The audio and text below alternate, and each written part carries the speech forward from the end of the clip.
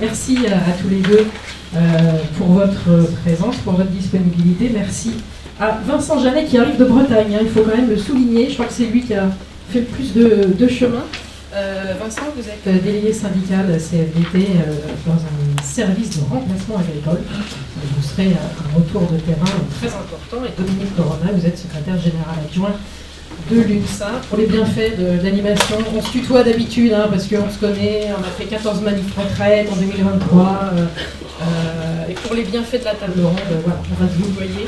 Alors, Vincent Janet, quel retour de terrain est-ce que vous pouvez nous donner sur les bas salaires dans le secteur agricole? Est-ce que ça concerne effectivement beaucoup de monde? Est-ce qu'on reste longtemps à bas salaire? Qu'est-ce que vous avez pu constater? Donc, avec la restructuration des branches, il a fallu qu'en production agricole, on réunisse 149 conventions collectives territoriales en une seule, au national. Donc, on passe de 149 grilles de salaire à une seule. Et pour connaître un peu ma région, puisque je suis négociateur depuis une dizaine d'années à tous les niveaux de la branche production agricole, on a rattrapé certaines 120 sur les 149. De certaines avaient seulement 7 niveaux dans la classif, mais dont 5 au SMIC. Et ça durait depuis des années. Suite à cette restructuration, aujourd'hui, la classification permet 12 niveaux de salaire, 6 salariés, 3 TAM et 3 cadres. Sur ces salaires, aujourd'hui, il y a moins d'1 euro de différence entre les 5 premiers niveaux en salaire horaire. Et au dernier niveau TAM, on est encore sur les 1,5 SMIC. C'est-à-dire qu'on a une grille très tassée. Et même si on peut se féliciter, parce qu'en branche agricole, depuis l'inflation, on a quand même réussi à négocier 13,8%. Depuis 3 ans, c'est quand même assez exceptionnel. Mais là, on sent que c'est conjoncturel, on est dans pleine période d'élection de chambre, donc là, tout est bloqué. Ce qui fait que sur la grille de salaire actuelle, à date, là aujourd'hui, les 2 premiers niveaux sont à 11,88 $. Donc voilà ce que je pouvais dire. Le salarié agricole aujourd'hui, c'est 1 million de contrats annuels, dont 600 000 saisonniers. Et on a parlé des TODE, et ces TODE, c'est travailleurs occasionnels demandeurs d'emploi. Ce qui veut dire que, pour un exemple très concret, un saisonnier qui fait de la taille de vigne cet hiver, là, pendant 4-5 mois, va retourner à France Travail 2 mois, donc repart sur un demandeur d'emploi, et va faire 3 mois cet été à ramasser des fruits. Et bien à chaque fois, il rentre dans ce dispositif-là. Donc sur toute sa carrière, il peut faire ça une dizaine d'années. Il a les cotisations, on a les packages, et son patron bénéficie d'exonération totale jusqu'à 1,25 et pérennisé par la nouvelle loi PLFSS. Alors, Dominique, Vincent vient de dresser un portrait assez lucide de ce qui se passe sur le terrain pour les bas salaires.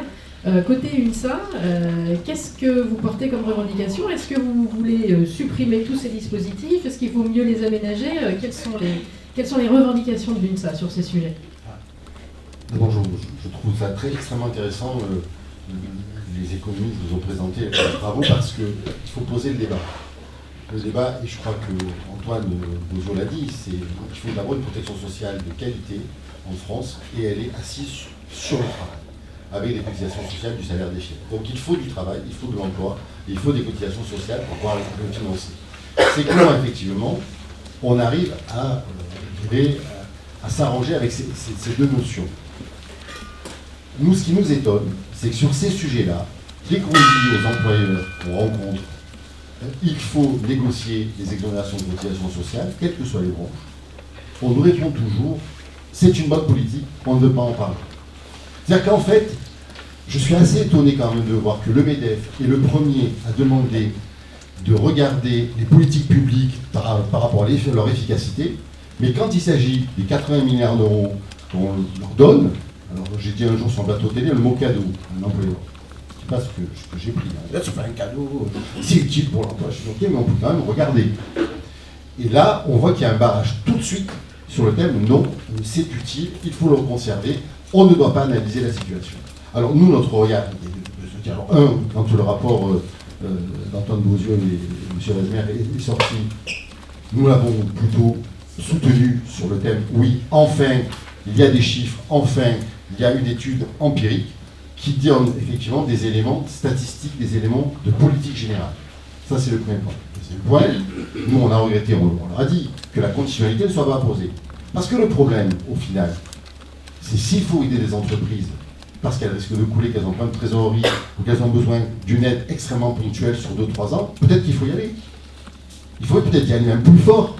Mais peut-être que d'autres ne peuvent peut-être pas y aller. Je vous donne l'exemple, c'est pas moi qui l'ai donné, c'est la conférence sociale, c'est l'UDP qui dit ça. Est-ce que la baguette de Leclerc ou de Carrefour doit être sponsorisée de la même façon que la baguette du petit boulanger du coin? Mais c'est ce qui se passe aujourd'hui. Quand vous avez une aide, quelle que soit la taille, quel que soit le secteur, quelle que soit la situation économique de l'entreprise, quel que soit le secteur stratégique de l'entreprise, quels que soient tous les éléments, vous avez la même aide, elle est universelle, sans condition. Franchement, poser la question de l'universalité, 2, de la conditionnalité, pensons-nous à tout ça, que c'est comme ça qu'on va fonctionner. Si on veut des négociations de branche sur la classification, il faut peut-être aller voir sur les conditionnalités.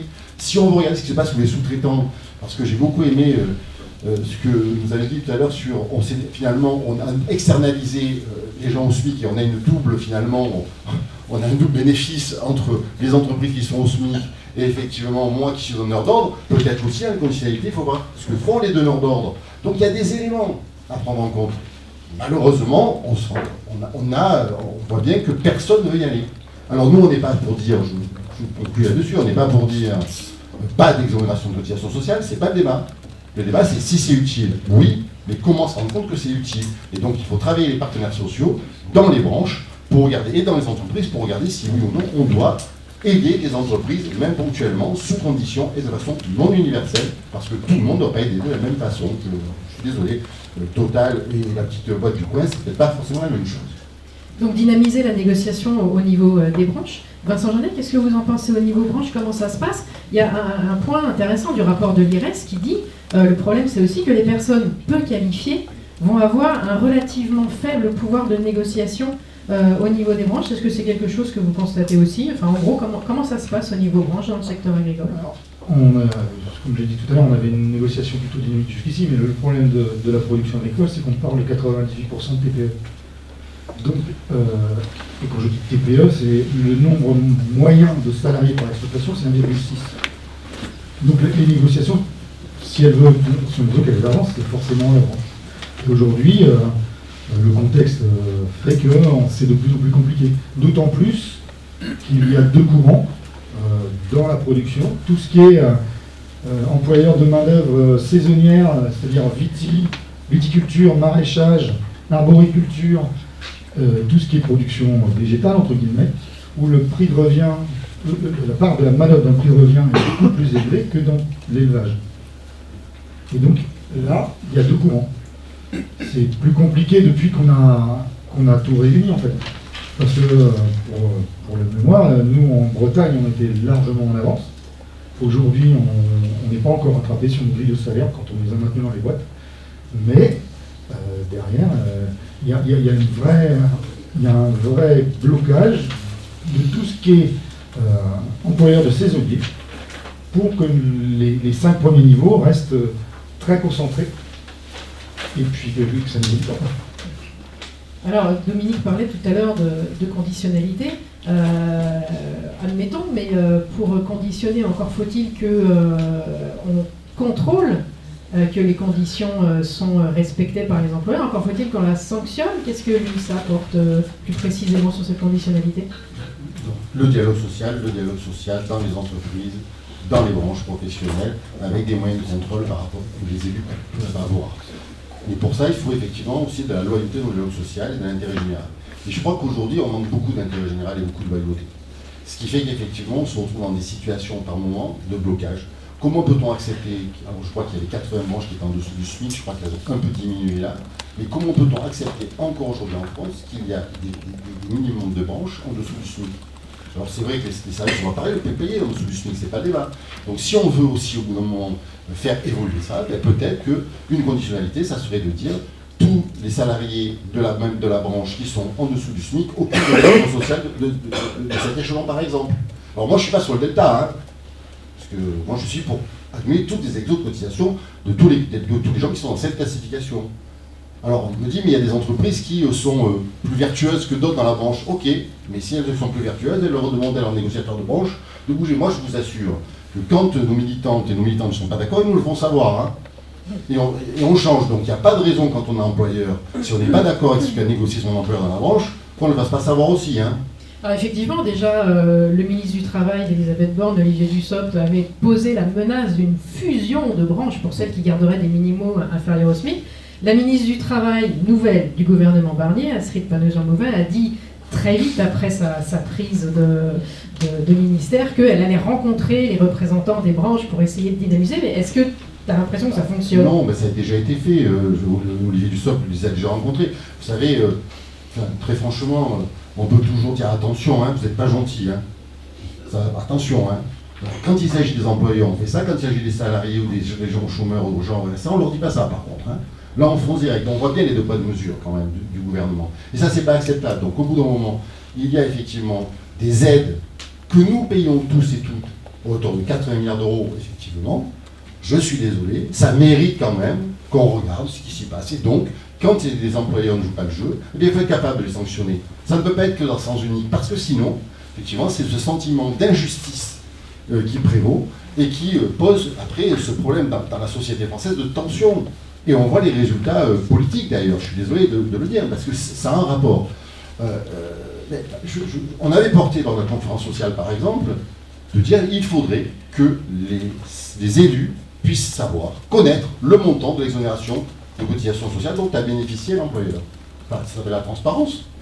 Oui, donc il s'agirait en fait de donner plus d'informations aux acteurs syndicaux dans l'entreprise aussi sur les... Et puis est-ce qu'il faudrait aussi leur donner un droit de regard sur l'usage de ces dettes? Parce que le rapport de l'IRES pointe autre chose, c'est que dans l'entreprise, celui qui décide de la manne financière qui résulte de l'exonération n'est pas forcément celui qui décide de l'emploi, de celui qui recrute, de celui qui construit les salaires, la grille de classification, etc. Donc qu'est-ce qu'on peut faire sur ce côté-là? Donc effectivement, c'est-à-dire qu'il faut d'abord qu'on connaisse le montant. Enfin, je suis désolé, c'est facile. De dire à un CSE, eh bien cette année, l'entreprise a bénéficié ou a eu X milliards d'euros de cotisation. Comme ça, déjà, nous, on a l'élément. Si on a l'élément, on peut regarder après la politique salariale qui a été menée. Et d'ailleurs, quand on avait proposé ça au cabinet d'Elisabeth Borne, lors de la conférence sociale, on m'avait répondu mais Dominique, on voit bien où tu vas en venir. Ben oui, parce que si vous avez ça comme élément, on voit bien le chantage qu'il va y avoir derrière. C'est pas du chantage. Ça s'appelle la transparence des politiques publiques, ça s'appelle effectivement la possibilité pour les élus d'avoir un levier pour dire attendez, vous avez touché autant d'argent parce que c'est comme ça derrière, vous n'avez pas augmenté les salaires, vous n'avez pas revu les classifications, il n'y a aucun avantage, ça ne peut pas le faire. Oui, alors c'est un moyen de pression supplémentaire parce qu'une fois qu'on a cette information, on peut effectivement nous s'en servir comme un levier pour essayer d'obtenir du progrès social pour l'ensemble des travailleurs. Alors Vincent, Dominique nous parle d'informations à l'intérieur de la structure. Vous, en l'occurrence, le service de remplacement agricole, il est fondé, je crois, je parle sous votre contrôle, hein, par un groupement d'employeurs qui a un conseil d'administration. Et je me demandais comment ça se passe dans ce conseil d'administration quand on évoque les bas salaires et quels sont les phénomènes qui maintiennent en fait des rémunérations basses, des classifications avec des grilles. Vous disiez tout à l'heure moins d'1 euro de différence parfois entre deux niveaux. Comment ça se passe à ce conseil d'administration? Alors, nous, on est un groupement d'employeurs, service à vocation de remplacement de 180 salariés à peu près, une centaine de CDI. Aujourd'hui, on ne négocie pas les salaires en boîte, on suit la grille. Alors, quand on obtient quelque chose de national, c'est appliqué sur notre grille de salaire qui est largement supérieure, puisqu'on avait de l'avance au niveau breton. Derrière, tout ce qu'on négocie, en gros, c'est les accessoires de salaire.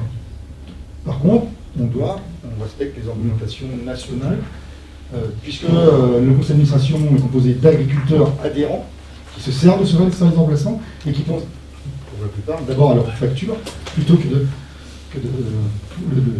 la pérennité des emplois. Alors, chez nous, tous les salariés de terrain sont bloqués au PV6. On n'a aucun technicien agent de maîtrise sur les salariés de terrain, et moi qui ai 20 ans d'expérience la semaine prochaine, et ben je suis bloqué là depuis 10 ans. Dominique, je vois que tu réagis, que tu dodelines, tu veux apporter quelque chose Parce que je trouve ça totalement scandaleux, inacceptable, et on voit bien effectivement que dans ce cadre-là, les employeurs ne jouent pas le jeu, et qu'ils regardent d'abord effectivement leur portefeuille. Alors on ne peut pas, moi j'ai bien entendu, on ne peut pas voir s'il y a des trappes à bas salaire, mais très franchement, je serai employeur, donc je regarderai quand même. Mais enfin, faut se le dire, quand on est un gestionnaire de père de famille, on regarde un peu quand même. Donc on ne peut pas me dire qu'il ne peut pas y avoir d'effet sur les emplois. Et on ne peut pas me dire, quand on a créé effectivement ces exonérations de cotisation sociale, qu'entre 2,5 et 3,5, est-ce que c'est tout à fait normal d'aider les salaires et les entreprises à ce niveau-là? Enfin, il y a quand même des vraies questions de fond. Alors, l'autre fois, pareil, sur un plateau, j'ai un employeur qui m'a dit nous n'avons plus de problème de main-d'œuvre au niveau du SMIC, il manque de main-d'œuvre, maintenant il faut qu'on aide les industries lourdes, donc il faut aller au-delà de 3,5 SMIC. J'ai dit alors allons-y, quoi. C'est-à-dire que jusqu'où on s'arrête? Enfin, et donc, il faut effectivement, ce qui se passe là, moi j'ai une amie moi-même dans le sud de la France qui travaille dans un relais, dans une gare, qui depuis 21 ans est au SMIC. Ça existe et rien ne se passe. Donc c'est là que c'est révoltant, c'est totalement révoltant. Donc les exonérations de cotisation sociale peuvent redonner du sens au dialogue social si effectivement on s'en empare comme une conditionnalité. C'est aussi un moyen de pouvoir nous donner un peu de pouvoir de renégocier avec les employeurs aujourd'hui. Et c'est ça qui est important. Cette politique publique doit aussi nous servir. Et aujourd'hui, comme elle est donnée comme ça, eh bien ça ne c'est pas un levier de négo. C'est là qu'il faut que ça le devienne. Et je pense que le gouvernement serait bien à l'aise de regarder ça avec un peu plus de clarté, plus que de faire du rabot. Parce que sur le PLFSS, effectivement, ça a été du rabot. Et ce qu'ont les employeurs n'ont pas accepté, par rapport au rapport d'Antoine Bozio, c'est effectivement le fait qu'il y avait une baisse de l'enveloppe. Moi, j'ai discuté avec la CPME lors de la commission des comptes de la Sécu qui m'a dit, mais on a perdu la bataille de la communication. Je dis, ouf, enfin, finalement, ils l'ont regagné. Effectivement, en disant, mais c'est pas un rapport Bozio parce que on nous baisse les crédits. Donc, tout ça est compliqué parce qu'on voit bien qu'on a un gouvernement qui fait effectivement des effets d'annonce pour essayer de grappiller de l'argent sur les IJ, sur les médicaments, sur les consultations, etc. Sur les exos de cotisation, et finalement, au final, de 4 milliards, on n'est plus qu'à 1,6 milliard, et si on écoute un certain parti politique, ça serait zéro. Et donc, le petit pas qu'on avait quand même obtenu, ils sont de suite revenus. Et donc, moi je crains, et nous craignons à l'UNSA, que globalement, la politique des exonérations de cotisation sociale continue, parce qu'on voit bien qu'il y a une pression telle des employeurs qu'il n'y a quasiment pas de marge de manœuvre. Et ça, c'est vraiment regrettable. Alors une dernière question pour tous les deux. Moi, je me demande aussi, je ne sais pas, dans le secteur agricole, est-ce qu'il y a beaucoup d'entreprises qui perçoivent ces exonérations en haut de la chaîne de valeur en tant que donneur d'ordre? Est-ce qu'il y a beaucoup de sous-traitants? Parce que c'est aussi un des autres sujets qu'ont soulevé les économistes tout à l'heure. Vincent, qu'est-ce que vous pouvez nous dire sur ce sujet? Dans la région, on n'a pas beaucoup de saisonniers, donc je suis un peu positionné là-dessus, mais en fait, tout ce qui est TODE, ça bénéficie essentiellement à la viticulture. C'est une exo renforcée, la TODE, ouais. C'est ça, d'accord. Avec des contrats simplifiés, ce qu'on appelle TESA. Ça se signe au bout du champ et on travaille sur 8, 10 jours, 15 jours. Et puis on retourne un peu à fond de travail, on revient. Et à chaque fois, l'agriculteur qui emploie la manœuvre, quelquefois qui passe par un prestataire aussi. Parce que sur les 600 000 saisonniers, c'est toutes origines confondues. Il faut bien se détacher et il y a de l'abus. Non seulement en conditions d'hébergement, du coup, travail. Oui, c'est les revendications souvent des travailleurs saisonniers, effectivement. Tout à fait. Donc, oui, alors, les donneurs d'ordre, les groupements d'employeurs en bénéficient, parce que ça fait partie du microcosme agricole. Pour eux, un salarié est une charge, un tracteur un investissement. Un salarié fait 1600 heures par an, un tracteur moins de 500. Et il faut mettre un salarié dessus. Ça ne fonctionne pas encore tout seul, voilà. Ça viendra peut-être. Ça va peut-être venir. Donc voilà, il faut changer mon avis de paradigme. C'est qu'on investit sur de la main-d'œuvre et les charges sont des charges de mécanisation. Dominique, une réaction sur la chaîne de valeur par rapport à ce que disait Vincent ou en termes de revendication de l'INSA? C'est vraiment, quand j'ai eu la synthèse du rapport, pour le coup, ça m'a vraiment sauté aux yeux. Et c'est là que ça renforce aussi, pour nous à l'INSA, la nécessité que les donneurs d'ordre aient aussi une responsabilité. Et que nous, en tant qu'élus dans les entreprises, nous puissions regarder ce qui se passe chez les donneurs d'ordre. C'est très facile, effectivement, pour le ménage ou pour la sécurité, d'avoir, même pour externaliser, donc effectivement, tous les gens qui sont au SMIC, de se faire une virginité en disant regardez-moi, j'ai des salaires qui sont au-dessus, etc. Regardez-moi, je suis virtueux, et de dire aux donneurs d'ordre en plus, parce qu'il y a des exos de cotisation, tu vas baisser ton tarif. Ça veut dire qu'il faut qu'on donne aussi, là encore, le pouvoir aux négociateurs, aux entreprises de branche, de promettre les conditions. Alors moi j'ai une idée, c'est-à-dire que pour essayer de trouver, par exemple, de passer, je dirais, une meilleure vue de ce qui se passe chez le donneur d'ordre, par exemple pour le ménage, pourquoi pas, quand on est membre de la C2SCT, demander quels produits sont utilisés pour le ménage, parce que par moi-même, je pourrais être impacté par les produits qui sont mis en place. Donc du coup, ça me donnerait peut-être un moyen de regarder l'appel d'offres, de regarder ce qu'il y a dedans, etc., et de tirer l'appel d'offres. C'est une idée comme une autre, mais il faut qu'on trouve les moyens pour que les entreprises qui passent à des donneurs d'ordre puissent effectivement, qu'on puisse regarder ce qui s'y passe aussi en termes de politique sociale, de politique de qualité de l'emploi, de sécurité de l'emploi, et de ne pas regarder seulement par le prisme de l'économie que l'employeur fait effectivement et qui gagne dessus. Nous pensons que là aussi, il y a encore des gros manquements. Il faut vraiment que sur ce sujet-là, nos élus s'en emparent. On voit qu'il est pas mal, du coup, question un peu de rapport de force. Frédéric, on est bien niveau temps, je pense. Mais cette idée de rapport de force me fait la transition parfaite avec la seconde table ronde, puisque nous allons passer à la deuxième. Oui, vous pouvez l'applaudir. Alors, je vais de nouveau vous présenter nos trois invités. Valérie Decaux, bonjour, merci d'être là. Vous présidez le Haut Conseil des rémunérations de l'emploi et de la productivité. Thomas Vacheron, bonjour, vous êtes secrétaire confédéral à la CGT, en charge notamment, mais pas que, notamment des salaires. Et Nicolas Blanc, vous êtes secrétaire national à la CFE-CGC sur la transition économique. Alors, je vais rapidement présenter sous votre contrôle. Si je dis une bêtise, vous m'arrêtez. Le Haut Conseil aux rémunérations, il était annoncé par Elisabeth Borne, on en a parlé lors de la conférence sociale d'octobre 2023. Il a été installé par la ministre du Travail, il y a Catherine Vautrin, en mars 2024. Il inclut des représentants des organisations syndicales et patronales, ainsi que 2 économistes, et puis 3 personnalités qu'on dit choisies au titre de leur fonction. La présidente du Conseil national à la productivité, le président du groupe d'experts sur le SMIC, et puis la présidente du Haut Conseil à l'égalité hommes et femmes. Jusque-là, c'est bien ça. Alors, il semblerait que vous ayez tenu deux réunions au Haut Conseil, justement sur les exonérations autour du SMIC, et que vous avez reçu des économistes qui avaient rendu des rapports. Est-ce que vous pouvez nous faire une petite synthèse? Parce que Elisabeth Borne vous a donné comme mission de partager vos éléments de diagnostic, de formuler des avis sur un certain nombre de choses. Dedans, il y a l'évolution des salaires et les négociations salariales, les classifications, l'égalité salariale entre les hommes et les femmes. Vous avez beaucoup de choses à faire. Les prélèvements sur le travail, l'épargne salariale, les effets sur les temps partiels et les contrats courts, et les liens entre rémunération, emploi, productivité et compétitivité. Alors, est-ce que vous pouvez déjà nous dire ces réunions, comment elles se sont passées, et puis surtout, qu'est-ce que vous en avez retiré? Voilà, moi je garde le mien, c'est mon privilège, je suis désolée. Bonjour à toutes, bonjour à tous. Oui, alors vaste programme, vous l'avez dit. On en est quand même au début. Je regarde mes collègues qui participent.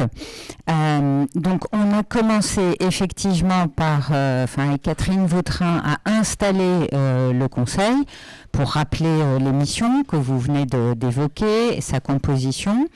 Et puis ensuite, effectivement, dès que ça a été possible, on a eu la présentation du rapport Bozio-Wasmer, à la suite de quoi nous sommes en train de tâcher de trouver un peu un écrit qui pourrait convenir à tous, sans présumer naturellement des positions de chacun, puisque l'idée de ce Haut Conseil, c'est d'émettre un certain nombre d'orientations. Nous devons avoir d'autres travaux parce que un certain nombre de questions ont été formulées à la suite de la présentation du rapport. Et nous nous estimons que ce serait bien qu'on puisse avoir des études complémentaires. Très prochainement, effectivement, l'IGAS a commis, dans le bon sens du terme, mais un rapport sur le temps partiel. Donc c'est un élément qui nous intéresse puisque cela a été cité en introduction. La question du temps partiel subi et notamment des femmes doit être examinée dans la question effectivement des bas salaires. Donc encore beaucoup de travaux, on en est relativement au début, mais en tout cas je le crois, alors sans parler pour tout le monde, mais que c'est une instance qui doit pouvoir effectivement, je le souhaite, prendre la parole sur ces sujets dont on voit ô combien aujourd'hui ils deviennent absolument cruciaux. Donc j'espère qu'on en fera collectivement quelque chose, parce que moi j'ai, comme beaucoup, voilà, le sentiment qu'il faut avoir du résultat par rapport à ce Haut Conseil. Encore une fois, c'est un peu le début, ça va sûrement pas assez vite. Pour autant, voilà, on se revoit prochainement. Au mois de décembre, la ministre vient également. Donc on avance sur tous ces sujets et on a pris ce sujet effectivement par cette clé d'entrée qui nous a été exposée tout à l'heure. Avis écrit, un premier diagnostic, et ce sera plutôt pour fin 2025. Est-ce que vous avez une perspective? Alors, en fait, mais on apprend en marchant, hein, encore une fois, rien n'est établi, donc on verra un peu au fil de l'eau, au fil des travaux, et je pense que c'est bien qu'il y ait cette liberté-là, mais l'idée, c'est peut-être sujet par sujet d'essayer de cranter, quand bien même, évidemment, à titre d'exemple, le rapport de l'IGAS viendra sûrement nourrir aussi la question des bas salaires. Donc tout est dans tout et réciproquement, c'est l'intérêt, c'est aussi la limite. C'est-à-dire que je pense qu'il faudra quand même essayer à certains moments de nous arrêter pour essayer voilà, de construire une orientation commune. Le risque étant naturellement qu'il n'en sorte rien, ce qui n'est pas... mon souhait. Pas très drôle. Alors, est-ce que vous pouvez passer le micro à Thomas Vacheron? Thomas, comment ça s'est passé, cette mise en place du Haut Conseil? Qu'est-ce que vous pensez de cette restitution que vient de faire Valérie Decaux? Sur quoi ont porté les premières réunions? Comment vous avez vécu tout ça? Disons que c'était la seule avancée concrète depuis la conférence sociale qui a eu lieu il y a plus d'1 an maintenant, où depuis, je note quand même le fait que rien n'a été solutionné, hormis la mise en place de cette instance du Haut Conseil et le rapport Bozio-Wasmer. Toutes et tous, ici particulièrement, on est conscient et consciente des changements nécessaires et même l'inflexion nécessaire citée par messieurs Bozio et Wasmer qui, du point de vue de la CGT, ne suffisait évidemment pas, même celle-ci n'a pas été entendue. Alors qu'aujourd'hui, dans ce pays, tout le monde est conscient qu'il y a une contestation très forte des exonérations et leur effet sur l'emploi, que le budget alloué de 80 milliards d'euros pour 2024 est gigantesque, que l'effet CICE ne démontrait pas justement d'effet sur l'emploi partout, pour le peu d'effets qu'il y a eu, et pire, comme il n'y avait pas d'effet sur l'emploi, on les a indexés dans les exonérations pérennes, c'est dire l'intelligence des propositions qui ont été faites et la gabegie d'argent public et ce à quoi elle induit, à savoir à participer au bas salaire. Puisque aujourd'hui, l'élément le plus important, le plus méconnu, c'est que plus mal on paye les salariés, plus on a d'exonérations de cotisations, plus celles-ci sont extrêmement hautes. D'ailleurs, je note, à la revendication d'une partie des organisations syndicales qui disaient les prix augmentent, il faut que les salaires augmentent d'autant, ça dérangeait personne que les exonérations de cotisations soient indexées sur le SMIC et donc sur les prix. Donc c'était possible pour les exonérations de cotisations et pas sur les prix. Le Haut Conseil il permet plusieurs choses. La première, c'est de rendre public quelque chose qui est confidentiel alors que ça représente des volumes complètement exorbitants. Le deuxième, c'est d'approfondir, puisque on voit bien la limite de l'exercice. Par exemple, un des éléments qu'on note sur le rapport Bozio-Wasmer, c'est la question de la prime d'activité qui n'a pas pu être traitée faute de temps, pour reprendre les termes de M.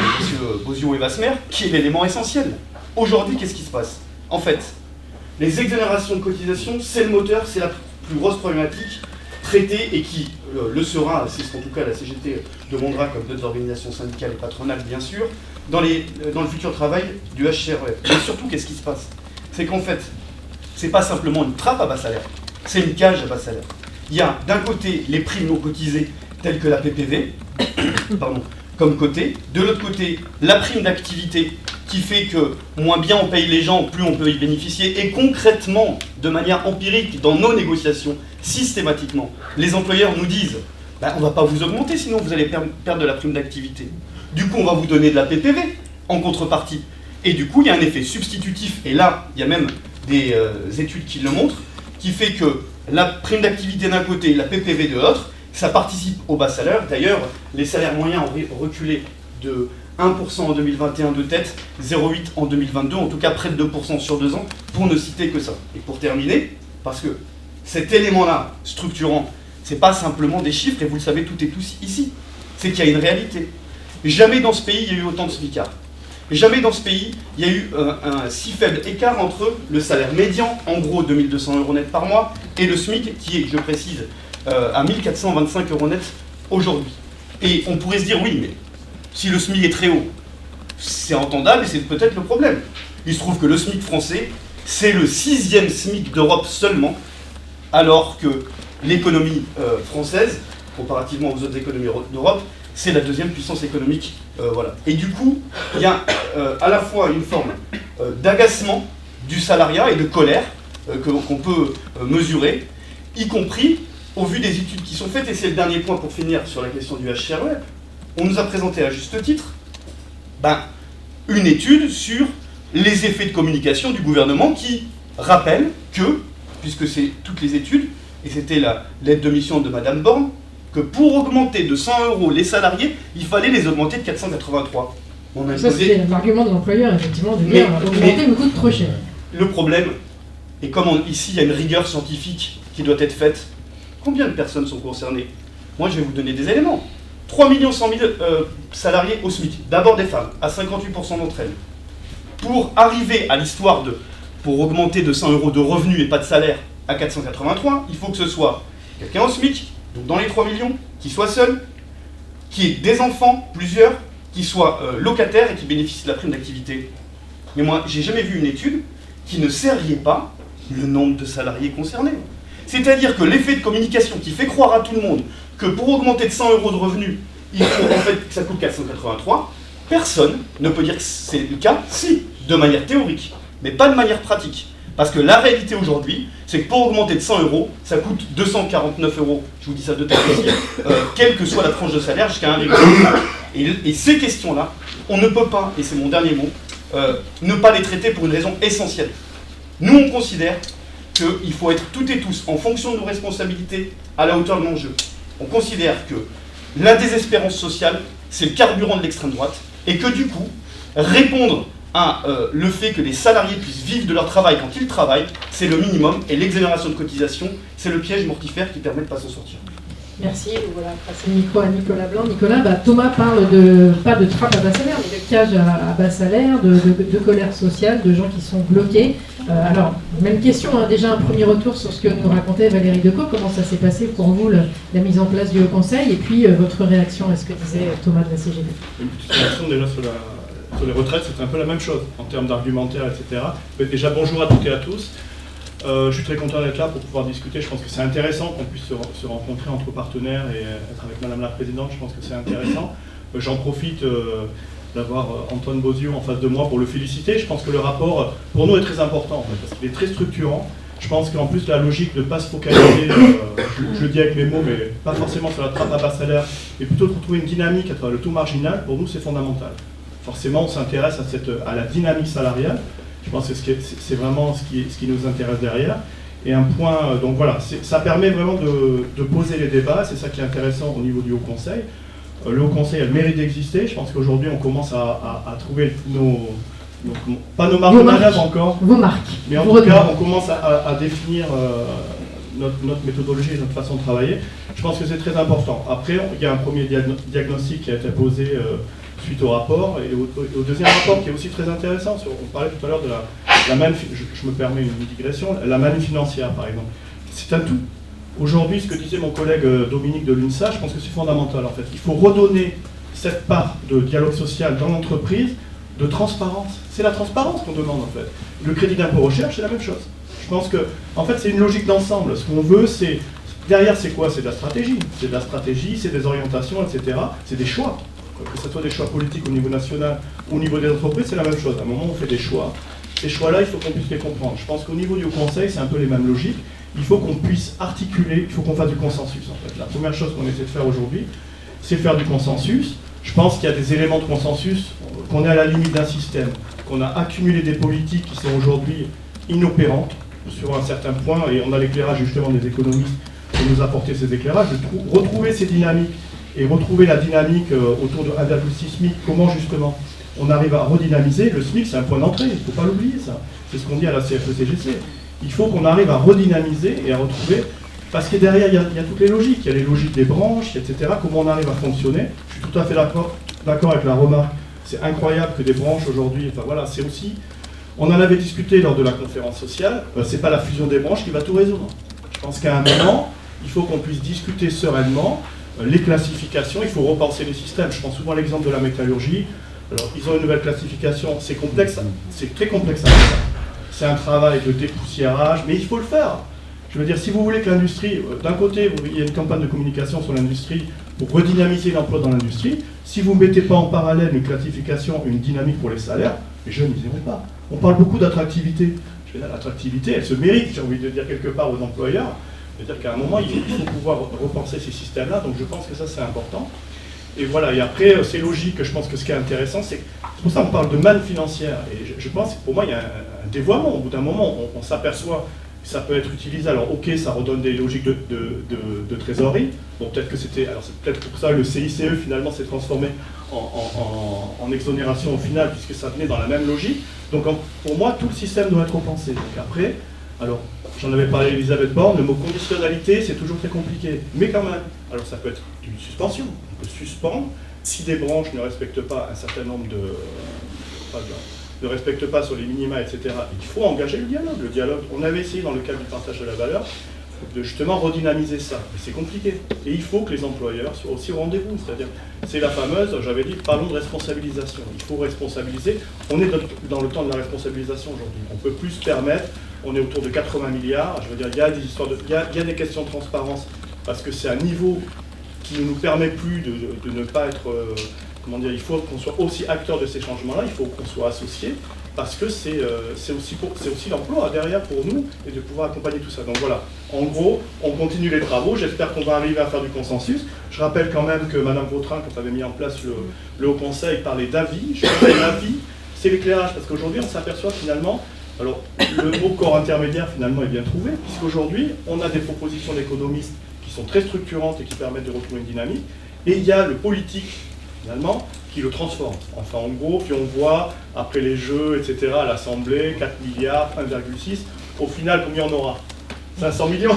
Donc voilà, non mais c'est quand même... Et donc, cette difficulté-là, c'est pour ça que des instances comme le Haut Conseil, il faut aussi que le Conseil... On attend le décret aussi d'application. C'est important pour nous, pour connaître nos prérogatives et connaître nos marges de manœuvre. Je pense que c'est fondamental pour nous parce que ça donne aussi une légitimité à nos travaux. Après, il faut conséquence. C'est vrai qu'il faut conséquence parce qu'on en a parlé tout à l'heure, il y a beaucoup de sujets qu'on va devoir porter, mais il faut quand même qu'on puisse séquencer. Il faut qu'il y ait des engagements.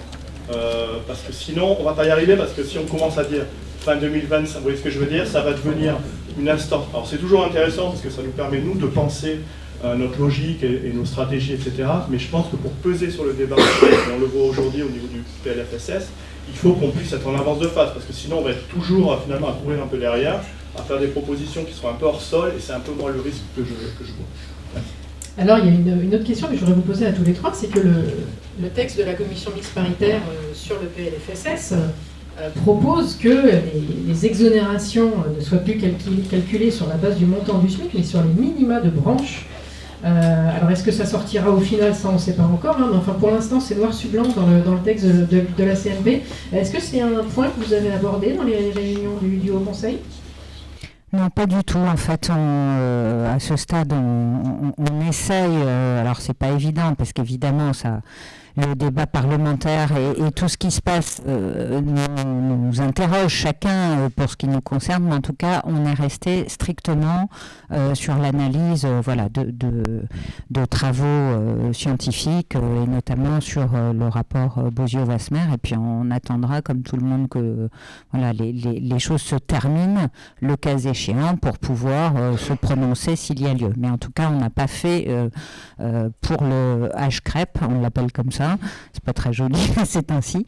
Et on n'a pas fait de commentaires là-dessus. Alors, j'aimerais bien l'avis de Thomas Machemont sur ce point-là, se caler sur les minima de branche. Est-ce que ça vous paraît souhaitable ?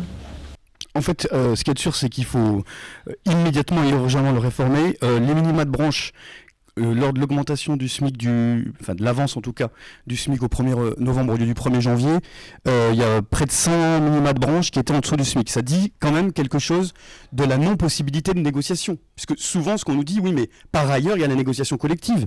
Mais la réalité de la négociation collective, c'est qu'il y a un entêtement et une radicalité patronale qui refuse systématiquement de négocier. De quoi parle-t-on ? D'être au niveau du SMIC, qu'au moins un des niveaux soit au niveau du SMIC. On perçoit des aides publiques et on ne respecte pas les règles de la République. Mais dans quel pays souhaite-t-on aller ? C'est quoi le projet ? C'est quoi l'avenir de ce dont nous parlons ? À minima, Madame Borne avait évoqué le fait qu'au moins pour les minima de branche en dessous du SMIC, il y ait une suspension immédiate des exonérations de cotisations. C'est pas excessif d'évoquer, de revendiquer et de mettre en place ces éléments-là. Je note quand même que dans ce qui avait été proposé par messieurs Bozio et Wasmer, d'augmenter beaucoup trop peu pour la CGT, je le dis très tranquillement, mais au moins de l'équivalent de 40 € par mois. C'est de ça dont ils avaient parlé. Première fois que Madame la Ministre vient au HCREP le 4 octobre, elle dit on va le faire en 2 fois, 20 € pour 2025, 20 € pour 2026, et plus de son, plus d'image, c'est 0 € tout court. Ça dit quand même quelque chose de la non-volonté. Mais surtout, là où il y a le problème quand même qui est majeur sur le fait de non corriger, au-delà de ce que ça représente en volume d'aide publique, c'est que comme la compensation est aussi faite, est d'abord faite par le budget de l'État, donc par la TVA, comme la TVA c'est l'impôt indirect le plus injuste, c'est les travailleurs pauvres qui payent les exonérations de leur salaire de travailleurs pauvres. La boucle est bouclée, et c'est quand même complètement fou. Souvent j'entends le consentement à l'impôt, etc. Mais le problème qu'il va y avoir, c'est la cohésion du pays. C'est que quand on fait un pays, il faut qu'il y ait du commun, il faut quelque chose qui rassemble. Et le fait des dispositifs empilés, qui poussent par les exonérations et tous les éléments non corrigés, au bas salaire, donc aux très faibles cotisations sociales, et à la prime d'activité, j'insiste, parce que c'est un des éléments central des dispositifs, on fait des travailleurs pauvres aujourd'hui, qui auront, en cas de chômage, de maladie, d'accident de travail ou par la retraite, une bombe sociale. Il y a des millions et des millions de travailleurs d'aujourd'hui qui seront en retraite demain ou dans les dispositifs que je viens de citer et qui seront dans une situation de précarité absolue. Et à quoi et à qui ça profite ? C'est quand même un sujet. On n'est pas champion d'Europe de tout. Par contre, des dividendes versés aux entreprises, on l'est. Et il y a une captation aujourd'hui par l'ordonnancement du système économique français tel qu'il est, de sous-traitance en cascade, où il y a très peu d'entreprises, nous on le chiffre à 1 millier pour faire court, qui profitent de près de 50% du PIB, de la quasiment totalité de la valeur ajoutée créée, et qui sont captées par ceci. C'est pas possible de continuer ainsi, et pire, parce qu'à la limite, que le profit soit réalisé, nous on est favorable. La question c'est comment il est partagé. Mais le problème de tout ça, c'est qu'à avoir segmenté et poussé au bas salaire à ces politiques de faible qualification de l'emploi, puisque c'était ça, depuis plus de 30 ans maintenant. Et c'est ce en quoi on reconnaît le travail du rapport Bozio-Wasmer, qui enfin donne des éléments pour corriger et objectiver les problématiques. C'est de dire quand même, le résultat de tout ça c'est quoi ? Sous-traitance en cascade, c'est un pays de low cost, qui se désindustrialise. Alors on pourra nous faire le renouveau de l'industrie, et je note qu'une partie des grands groupes ici, pour faire de la communication, ils sont champions. Par contre, pour réindustrialiser le pays et donner un avenir concret d'ordonnancement meilleur, on est très loin du compte, alors que d'autres choix européens le font. Je vois ce qui se passe en Espagne par exemple. Il y a d'autres politiques économiques possibles. Il y a des politiques de la relance qui sont possibles, et dans un pays comme la France, où plus de 50% du PIB est lié à la consommation, une politique de la relance, c'est aller vers l'avenir plutôt que le retour en arrière. Alors Nicolas, je vous voyais réagir un petit peu, peut-être une réaction à ce que disait Thomas, et puis votre avis aussi sur le calcul par rapport au minima de branche. Est-ce que ça vous paraît concrètement faisable? Moi, quand j'en ai parlé au sujet du PLFSS, il y a des gestionnaires de paye qui m'ont dit ça va être impossible à caler. Non, déjà, un commentaire, je suis tout à fait d'accord. Après, est-ce que c'est une stratégie, finalement, une conclusion de la politique de l'offre? Est-ce que cette stratégie-là, cette politique-là, c'était des emplois peu qualifiés à bas salaire, etc. On peut quand même se poser la question. Théorie du ruissellement, etc. Enfin, je suis tout à fait d'accord avec ça. Après, pour revenir avec ce calcul, ne passons pas d'une usine à gaz à une autre usine à gaz. Je pense que déjà, c'est très complexe. En plus, on peut y voir une forme de cheval de Troie. Moi, j'entends aussi la petite musique du comité des experts du SMIC. Bon, j'ai pas encore lu le rapport cette année. Voilà, ne disons pas trop de méchanceté. Mais non, je dis pas de mal. Non, je dis juste qu'après voilà, ces formes de dérégulation, on va dire ça simplement, de l'indexation du SMIC, etc. Donc j'ai peur que finalement ça soit un point d'entrée pour dire on se focalise sur les branches, etc.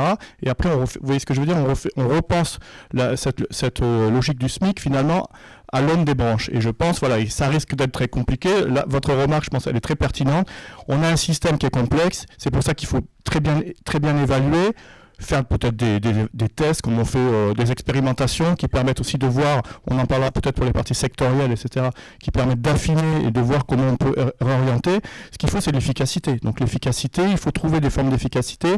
Je pense pas, enfin je suis pas, d'ailleurs, vu la qualité du dialogue social dans certaines branches, etc., je pense pas que ça soit très judicieux. Par contre, voilà, donc je m'étends pas plus là-dessus. Non, mais il y a d'autres paradoxes qu'on peut relever. D'ailleurs, c'est pas moi qui les relève, c'est les économistes. Le premier, c'est tant qu'en volume, ces exonérations, elles bénéficient à des secteurs finalement qui subissent assez peu de concurrence internationale. Les services un petit peu, mais enfin bon, le commerce, la construction, il n'y a pas tellement de concurrence internationale là-dessus. Est-ce qu'il n'y a pas là un paradoxe à répondre? On peut comprendre le besoin de compétitivité dans des économies mondialisées des entreprises, mais il y a c'est vrai quelque chose à faire sur les secteurs. Alors, je vais répondre non pas comme présidente du Haut Conseil, mais comme DRH de la Poste, puisque le Haut Conseil, c'est à titre de loisir, entre guillemets, c'est une plaisanterie. Vous avez des chouettes loisirs. D'abord, ce que je trouve extrêmement positif, c'est que le sujet est désormais sur la table. Là, je pense qu'aujourd'hui, toutes les sphères économiques, au sens large, ont pris conscience de cela. Donc ça, je trouve que c'est extrêmement positif. Après, effectivement, le sujet des bas salaires et du fait, je ne sais plus qui citait, à 20 ans, je commence au SMIC et à 50 ans, j'y finis, c'est pas acceptable. Il faut retrouver de la dynamique. Et non seulement il faut retrouver de la dynamique pour les personnes, leur niveau de vie, etc., mais il faut retrouver de la dynamique parce que avoir de meilleures rémunérations, c'est avoir un job plus qualifié, et donc ça suppose que effectivement on aille vers des modèles plus créateurs de valeur. Et c'est ce que disait, enfin je le dis, pardonnez-moi, bien plus mal, mais c'est essayons plutôt de sortir de ces problématiques par le haut plutôt que par le bas. Et donc il y a cette question, en tout cas pour moi DRH, de comment on fait pour essayer de tracter plus haut les qualifications avec de la formation professionnelle, etc., de façon effectivement à sortir de cette problématique qui a tendance, alors à la Poste, on est à SMIC plus 12% au plus bas niveau, mais il y a plein d'entreprises où c'est SMIC, mais comment est-ce qu'on peut orienter finalement économiquement, stratégiquement les entreprises pour pouvoir tirer les emplois vers plus de qualifications. Et ça, je trouve que ce sujet, il est désormais posé. J'espère vraiment, en ma qualité à la fois de DRH et de citoyenne, qu'on pourra réellement et collectivement travailler là-dessus parce que c'est un vrai sujet social. C'est un vrai sujet social. Après, sur la question de la compétitivité, elle est réelle. Et là, je prends ma casquette un peu d'employeur. Il n'y a quasi aucune entreprise qui ne soit pas soumise à de la compétitivité Ça n'existe pas. Et il faut du profit. Il faut du profit parce que s'il n'y a pas de profit, il n'y a pas d'emploi, il n'y a pas de salaire. La question, c'est effectivement, est-ce que c'est du profit à tout prix? Comment est-ce qu'on peut réguler les choses? Mais la compétitivité, elle est réelle. Je donne un exemple. La Poste, c'est une entreprise, certes, qui a des missions de service public, mais qui est placée sur un secteur concurrentiel, qui est la livraison de colis. Nous sommes notamment sous-traitants d'Amazon. C'est-à-dire qu'Amazon, que tout le monde connaît, et j'imagine que nombre d'entre vous commandent des trucs de temps en temps sur Amazon. Pas vous, bravo, mais en tout cas, voilà, il y a quand même une très large majorité de Français parce que praticité, exactement, voilà. Et que par ailleurs, les e-commerçants français, ces Discount, pour ne pas les citer, j'ai bossé dans le groupe Casino, n'ont pas réussi à faire complètement concurrence aussi bien qu'Amazon. Alors avec des moyens effectivement très différents. Mais en tout état de cause, la Poste, on est sous-traitant d'Amazon. C'est-à-dire que Amazon fait livrer ses colis par ses salariés. Et puis quand il y a trop de colis, c'est la Poste donc, qui distribue. Et que se passe-t-il aujourd'hui? D'abord, on se retrouve en position de sous-traitance, même si nous-mêmes, on peut être amené à sous-traiter. Donc toutes ces questions, elles sont éminemment complexes. Et puis si on prend le marché français, du e-commerce, parce qu'il y a beaucoup de gens, pour plein de raisons, qui commandent sur plein de sites. On connaissait les sites européens, Zara, Zalando, j'en passe et d'autres. Et maintenant, qu'est-ce qui arrive sur le marché français? C'est les e-commerçants chinois. Alors, je ne sais pas si vous les connaissez ou vos enfants. Chine, Temu, qui vendent voilà, des trucs à très bas prix, à très bas coût. Très, très, très bas. Et dont on ignore absolument tout en termes de fabrication, etc. Aujourd'hui, dans le volume de colis traités par la Poste, il y a 22% de ces colis qui viennent de ces e-commerçants chinois. Vous imaginez la pression que met un Chine ou un Temu, qui est en train d'envahir le monde, sur la Poste au moment où on négocie les contrats. Donc, ces dimensions de compétitivité, elles sont réelles. Ce pourquoi je pense qu'à la fois, il faut travailler sur les trappes à bas salaire et voir comment on peut, et c'est impensable pour qui que ce soit de commencer à 20 ans au SMIC et de n'avoir aucune perspective, enfin, on peut se le dire, c'est vrai pour chacun d'entre nous. Donc il faut pouvoir recréer des choses qui permettent d'avoir des perspectives de carrière, de meilleurs salaires, etc. Et en même temps, et c'est là toute la complexité, c'est comment dans cet univers qui est quand même difficile, concurrentiel et tout ce qu'on veut, les entreprises réussissent à tirer leur épingle du jeu à minima pour être capables derrière de faire fructifier effectivement les rémunérations. Donc le sujet, de mon point de vue, il est super complexe, mais Antoine Beauzieux l'a évoqué. La question de l'emploi, où en ce moment il y a pas mal de plans sociaux, elle se pose. Donc on voit bien que, un, c'est parfait que ce sujet il soit mis clairement sur la table, que deux, on le traite, en tout cas je le souhaite. Et puis aussi qu'effectivement, à chaque modification, il puisse y avoir une évaluation et une revue. Je trouve toujours dommage que des systèmes perdurent trop longtemps parce que le monde bouge tellement vite qu'on a besoin effectivement d'adapter en permanence aux réalités des entreprises, du secteur, de la compétitivité mondiale et de que sais-je. Donc il y a vraiment des choses à penser autour de ça.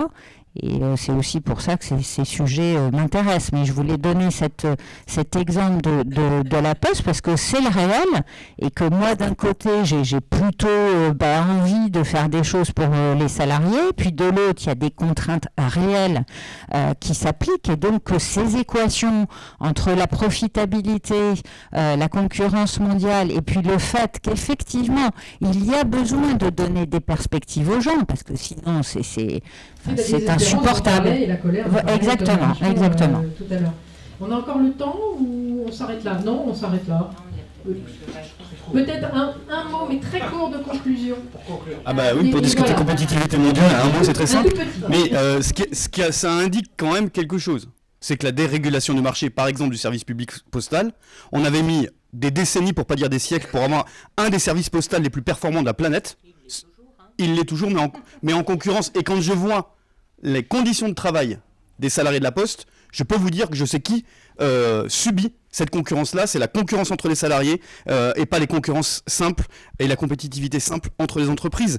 Et ça amène à des éléments. Si on n'a pas d'outils de régulation, c'est l'histoire du renard libre dans le poulailler libre. On sait qui c'est qui gagne à la fin. Et la question d'une société qui a de l'avenir, c'est une société qui régule, qui, par exemple, par la commande publique, met des critères sociaux et environnementaux dans sa commande publique, qui a un levier fondamental pour relocaliser une partie des productions et qui donne des perspectives quand même concrètes. En France, on a un des meilleurs systèmes de protection sociale basé sur le travail, sur la cotisation sociale.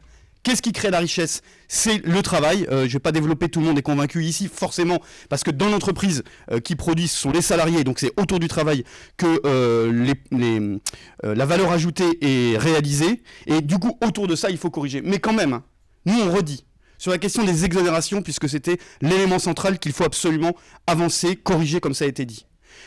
La CGT, elle défend la sortie des exonérations de cotisation. Il n'y a pas d'ambiguïté sur le sujet. Mais quand même, vous ne seriez pas d'accord avec la CGT. Évidemment, c'est votre droit, etc. Pas de problème. Mais je dis juste une chose quand même.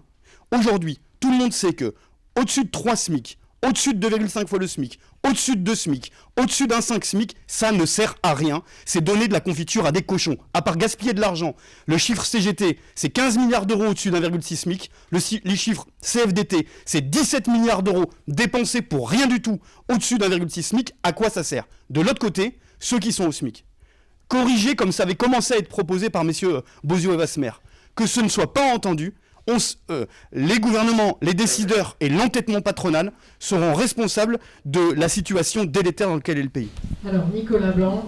Non, juste un mot de conclusion, mais je voulais aussi revenir à ce qui a été dit. C'est comment on retrouve de l'agilité. Finalement, c'est la question qui a été faite. La difficulté sur la compétitivité prix, c'est qu'on l'a vu tout à l'heure, c'est manne financière et c'est finalement... elle risque de déséquilibrer les secteurs. C'est aussi cette logique-là, puisque la compétitivité prix, elle se fait au niveau d'un secteur, même des rétrocessions qui se font donc un effort, ou alors des efforts sur les prix qui sont faits entre les donneurs d'ordre, etc., et les fournisseurs. Donc je pense qu'il faut aussi penser cette question-là. Et puis après, c'est la compétitivité hors prix. C'est comment finalement on pousse... Voilà. Comment finalement on pousse l'emploi vers le haut. C'est ce qu'on dit à la CFE-CGC. C'est finalement, il faut innover, il faut des nouveaux produits, etc., sur des nouveaux procédés. Il faut travailler sur cette partie-là. Donc c'est pour ça que ce haut conseil, il est hyper intéressant à ce niveau-là. Il faut qu'on puisse éclairer. Je pense que l'éclairage, il est fondamental.